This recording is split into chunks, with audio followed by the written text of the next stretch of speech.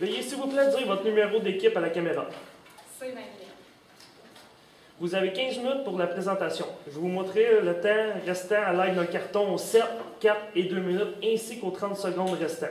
Je ferai le décompte des 5 dernières secondes avec mes doigts et afficherai un carton indiquant la fin de votre présentation. Une période de questions d'une durée de 5 minutes chronométrée suivra. Après les 5 minutes, j'annoncerai la fin de celle-ci. Si vous êtes en train de répondre à une question, veuillez brièvement conclure.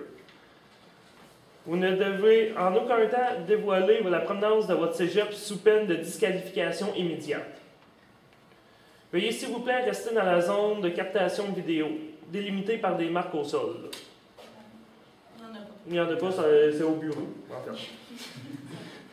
fait. À tous les observateurs, le silence vous sera demandé tout au long de la présentation et à la période de questions. Si vous désirez applaudir, vous devez attendre la fin de la période de questions. Si vous ne devez à aucun temps dévoiler la provenance de l'équipe qui se présente. Aucune entrée ni sortie de la salle n'est permis durant la présentation ou la période de questions. Veuillez éteindre la sonnerie de vos téléphones. J'inviterai maintenant les juges à se présenter et vous pourrez par la suite débuter la présentation. Bonjour, enchanté. Francis Grenier, Desjardins d'entreprise, moi aussi, je suis directeur de la comptabilité. Bonjour, Samuel Saint-Cyr-Durand, je suis directeur des études de cycle supérieur en comptabilité à l'UQAM. Bonjour, Marie-Claude Lapointe, c'est moi qui ai rédigé le cas.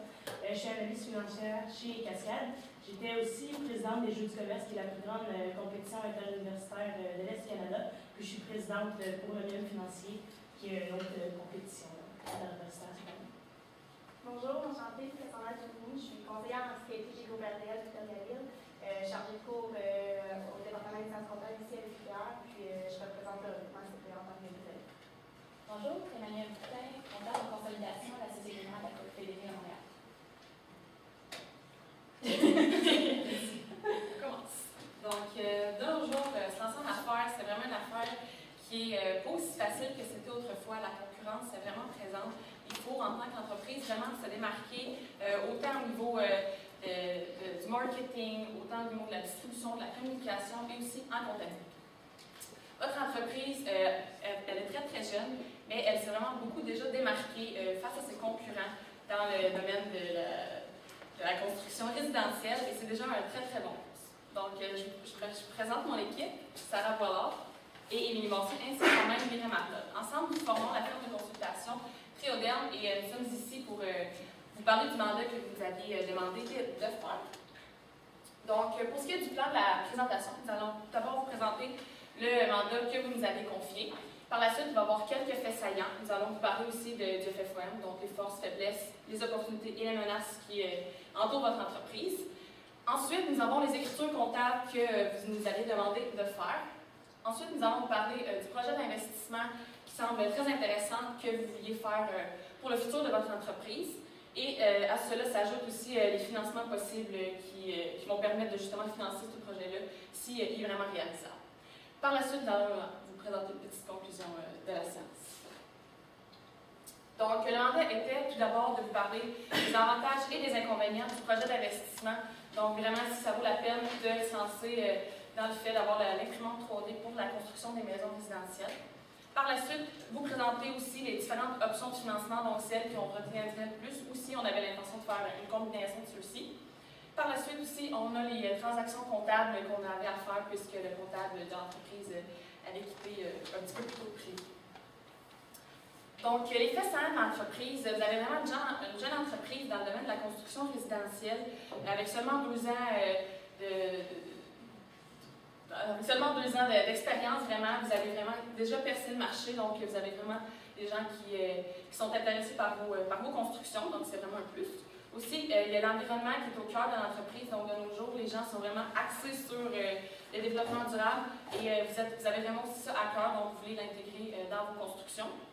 Aussi, l'organisation est à la fine pointe de la technologie, donc vous êtes toujours alerte sur ce qui se passe ailleurs, comme en Chine, par exemple. Et aussi, l'entreprise est vraiment alerte au changement dans l'industrie et elle s'y adapte de la façon qu'elle peut. Pour ce qui est du FFOM, donc du côté des forces, on a vraiment votre chiffre d'affaires qui a doublé en seulement 2 ans. Aussi, vous êtes vraiment axé sur le client. Vous voulez vraiment que votre produit il soit bon pour eux, que les gens soient vraiment contents, que ce soit comme selon leurs besoins. Aussi, vous avez eu une augmentation de 15 employés en seulement une année, ce qui est vraiment excellent. Donc, les gens, ça crée de l'embauche et aussi, ça vous permet de vous démarquer davantage parce que vous avez plus de personnes pour vous aider à évoluer dans votre entreprise. Pour ce qui est des points améliorés, présentement, il y a un comptable qui est manquant. Donc, vraiment, si vous pouviez engager quelqu'un par la suite pour continuer la comptabilité de l'entreprise, ça vous aiderait à avoir une meilleure image de comment est sa santé financière. Aussi, pour ce qui est des opportunités, vous avez une forte croissance. Aussi, vous avez des tendances de résidence unifamiliale, micro-maison. Donc, les jeunes couples, vraiment, ils s'intéressent à ça. Et il y en a de plus en plus qui pensent avoir investir pour une maison de ce genre-là. Et aussi, c'est ça, la forte croissance du niveau pour ce qui est de l'environnement pour ce type de maison-là.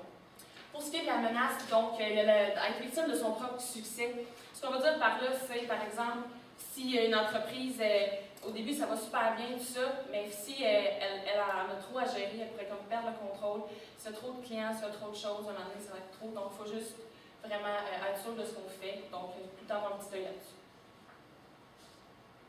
Donc ici, on s'est déplacé vers les écritures comptables. Donc ici, on avait l'écriture comptable concernant le contrat des clients. Donc on avait un client justement qui était venu nous voir pour avoir pour faire un dépôt de 50 000 $ sur une future maison.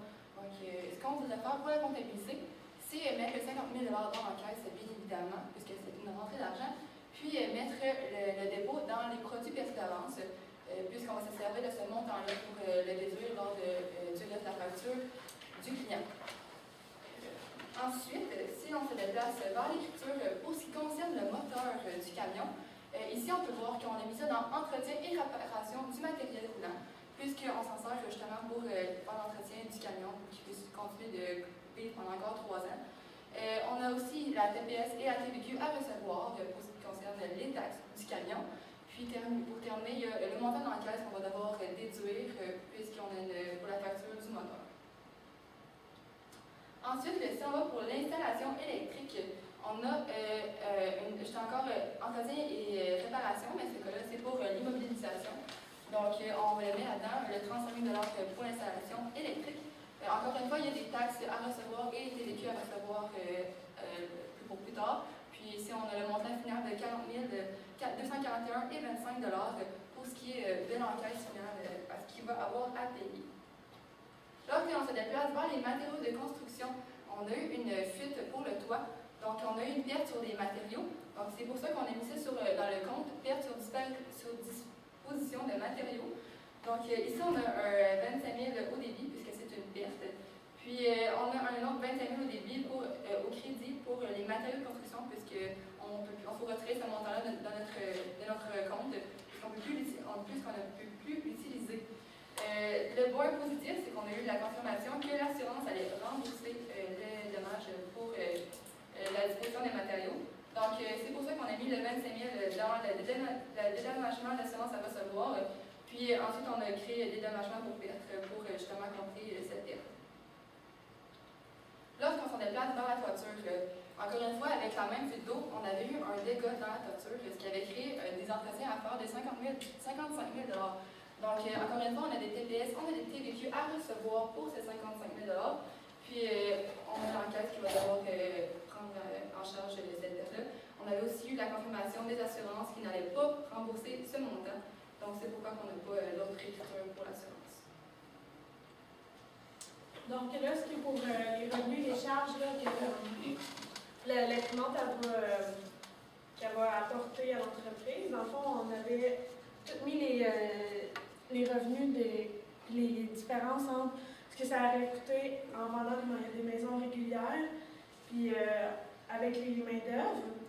On a aussi mis la subvention qu'on va recevoir du gouvernement. On a aussi ajouté toutes les charges là, qui sont supplémentaires, qui vont coûter de plus pour avoir utilisé là, cette machine-là. Ce qui fait à la dernière ligne, on peut voir que ça, c'est la façon qu'on va récupérer notre argent avec cet investissement-là. Donc, à partir de l'année 5, on va voir qu'on va commencer là, à excéder là, les coûts qu'on va avoir engendrés, puis on va commencer à faire du bénéfice. Puis après 10 ans, on va pouvoir voir qu'on va avoir fait là, un bénéfice de 1 485 000, d'environ 1 485 000 $. Donc, pour ce qui est de la valeur actuelle nette, dans le fond, c'est la valeur actuelle nette, là, c'est on peut voir à ce jour combien l'argent elle vaut. Donc, on peut voir là, que à ce jour, après 10 ans, dans le fond, le vrai bénéfice qu'on va avoir fait, là, c'est 545 850 $.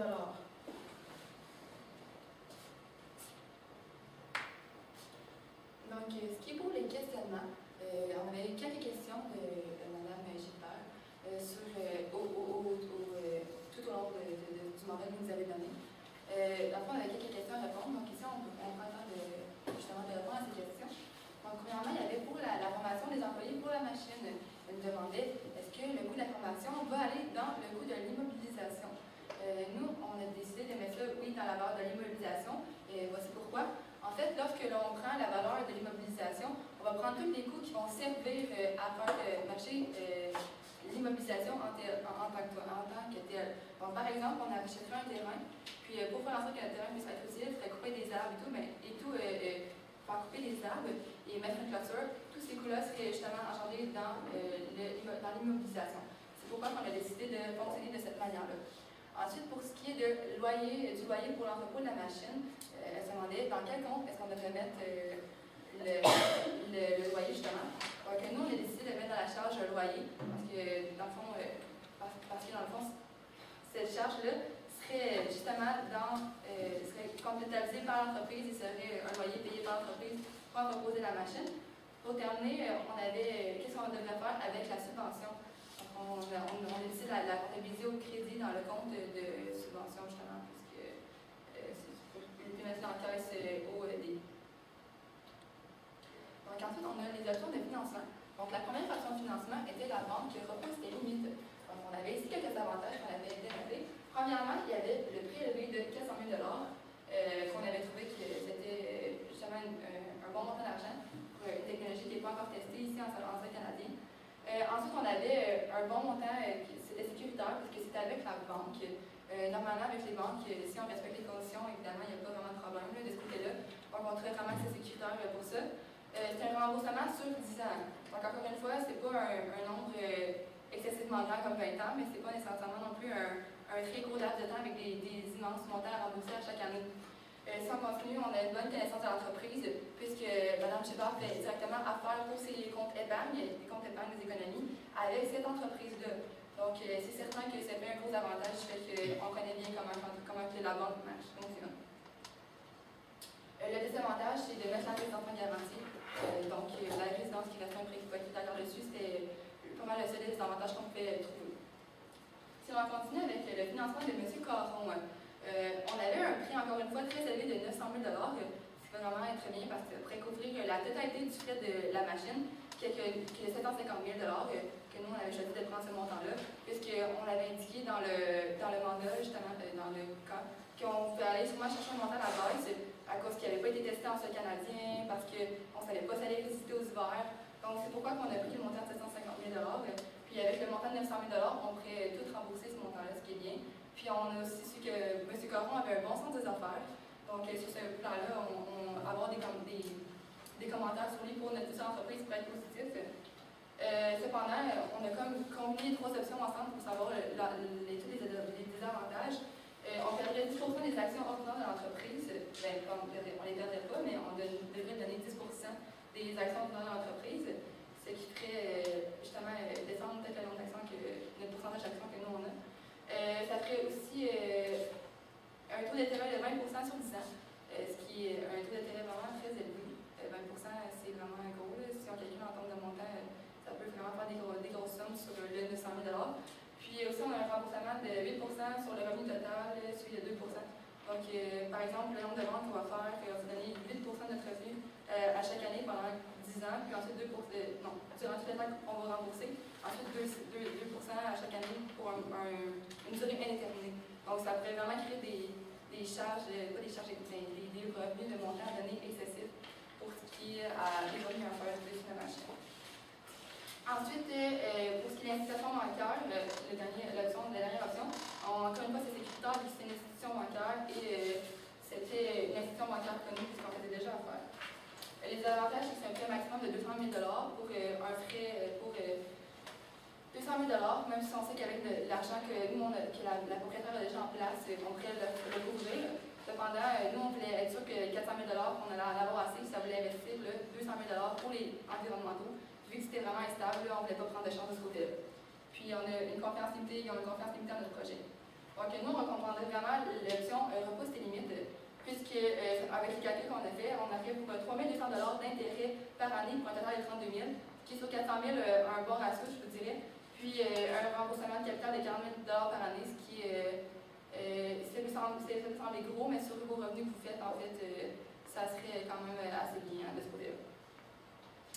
Donc, en conclusion, vous avez demandé justement de répondre à votre mandat, donc les avantages et les inconvénients du projet d'investissement, aussi vous donner le financement qu'on avait choisi et aussi faire les écritures comptables, ce qu'on a fait. Aussi, comme les points forts de l'entreprise sont vraiment, l'entreprise prospère, elle fait de l'argent, elle a une chance de financement. Donc, on a décidé qu'on faisait le projet, qu'on pouvait faire le projet d'imprimante 3D. Et qu'on avait le financement adéquat, donc avec l'option de la banque, donc avec le prêt de 400 000 $ de départ. Donc avec tous ces éléments-là, ça va être possible de justement mettre le projet à jour, de commencer, ensuite de ça faire plus de bénéfices par la suite. Comme ma collègue l'a dit, c'est après 5 ans que le projet va être comme remboursé, qu'il va vraiment commencer à faire des bénéfices, donc ça vaut vraiment la peine de se lancer là-dedans. Merci beaucoup.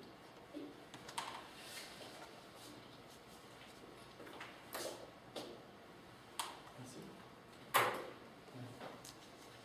Vous avez une question? Oui. Prêt? Oui. Oui.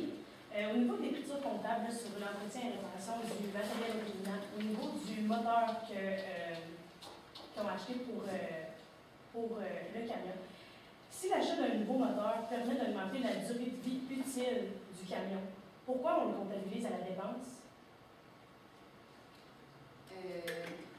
Dans le fond, on le comptabilise à la dépense parce que acheter dans le fond, ici, c'est surtout parce qu'on a acheté un nouveau moteur. On a surtout passé l'écriture sur le fait que le nouveau moteur a engendré pour l'entreprise, qui est quand même une dépense qu'on fait. Là. Acheter le moteur, le moteur ne nous apparaît pas, il faut l'acheter. Donc, c'est surtout ça qu'on a comptabilisé. C'est sûr que ça va peut-être changer, ça va changer l'amortissement, puisque ça change la durée de vie utile du camion. Cependant, on a comptabilisé vraiment l'achat du moteur pour le matériel.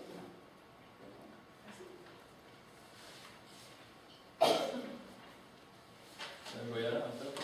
Merci pour la présentation. Juste à dire le bien comprendre, comme vous l'avez peut-être dit, j'ai peut-être manqué. Là, en fait, ce que je comprends, c'est qu'on a choisi le scénario du 400 000 pour le financement. La différence pour aller au prix que vous avez dit de 750, est-ce que c'est une investition de Mme Gilbert? On complète quand même l'achat. Dans le fond, justement, nous, on ne voulait pas dépasser 400 000 d'investissement de Mme Gilbert, au cas où que le 200 000 pour les titres de l'environnement, qu'on le perde. C'était vraiment auto-risqué. Donc, on s'est dit qu'avec le 400 000 de la banque, plus un 350 000 de Mme Gilbert, on pourrait venir ici couvrir le montant, le montant justement de la machine, en étant vraiment sécuritaire pour l'entreprise, puis en prenant le moins de risque possible. Merci. Premièrement, merci pour votre présentation. Moi, j'ai vraiment une grosse inquiétude par rapport au projet, par exemple, parce que c'est un projet qui est tout nouveau. Puis, vous me conseillez d'aller de l'avant, vous présentez des bons bénéfices, mais est-ce que c'est possible que le projet arrive à perdre? Est-ce qu'il y a des risques à ce projet-là? Ou c'est un projet qui a 100% de chance de réussite? Bien, c'est sûr qu'il y a toujours des risques concernant le projet. On ne sait pas si les gens vont vraiment apprécier le modèle 3D, comment que ça se fait. On sait qu'il y a parfois, quand ils font du moulage ou tout ça, que c'est pas des finitions parfaites, c'est pas comme si c'était fait traditionnellement. Donc les gens, il y aurait peut-être pas. Ça se peut que les gens, au début, ils pensent wow, c'est le fun, c'est vraiment c'est quelque chose de nouveau, on va l'essayer, mais que les gens qui vont l'avoir essayé vont dire ça vaut pas vraiment la peine, tout ça. Mais si on considère que mettons, les gens ils essayent et tout ça, ben finalement, ils vont. Je sais pas comment l'expliquer, mais. D'abord, de manière hypothétique, les données que vous avez qu'on a eues, on s'est basé là-dessus pour faire la rentabilité du projet. Donc, ce côté-là, oui, ça serait bien. Cependant, c'est sûr que tout le temps, c'est une étude. Donc, c'est pas sûr à 100%. On n'a pas les noms des personnes qui vont venir commander le produit. Il y a toujours un risque, peu importe le produit, l'investissement peu importe ce qu'on veut faire. Sauf que nous, ce qu'on dit, c'est que si on se fie aux données, si on se fie à tout ce qu'on a eu, puis que même on peut aller en disant peut-être que ça ne marchera pas, mais on peut aussi dire qu'on a prévu 45%, peut-être que ça va être 50% la première année qu'ils vont vouloir. Nous, on est plus dans ce sens-là du fait que c'est nouveau, vous êtes bon pour la nouveauté, vous êtes bon pour l'environnement, ça apporte tout ça, ça continue vers les valeurs de l'entreprise. Alors, on ne va pas vraiment de. C'est sûr qu'il y a toujours un risque à faire un nouveau projet, mais on voit beaucoup plus de bon côté que de mauvais concernant ça. C'est sûr que tout projet a un risque, cependant, justement, avec nos données, ça serait. On considère de se lancer. Puis aussi, par exemple, si vous ne choisissez pas l'opportunité, peut-être qu'une autre entreprise va le faire, puis là, ben, ça va, les données seront plus les mêmes, les gens vont plus pouvoir aller là. Donc, quand on est le premier, des fois, ça attire les gens. Merci. Moi, j'aimerais comprendre des choses. En fait, là, je construis des maisons, donc la banque, ça ne me donne absolument rien. De ce que j'ai compris, c'est qu'au fond, au bout de 10 ans, ce projet-là va nous rapporter dans nos poches 545 000 $. Non, dans le fond, c'est que si on rapporte là, toutes les charges et les revenus au moment zéro, avant d'investir, on va quand même faire un bénéfice de 548 000 $. Ouais, de 545 000 $. Mais dans le fond, là, c'est vraiment à la valeur d'aujourd'hui. C'est sûr que le montant, là, il va être plus élevé que ça, mais à la valeur d'aujourd'hui, cet argent-là vaut combien? OK.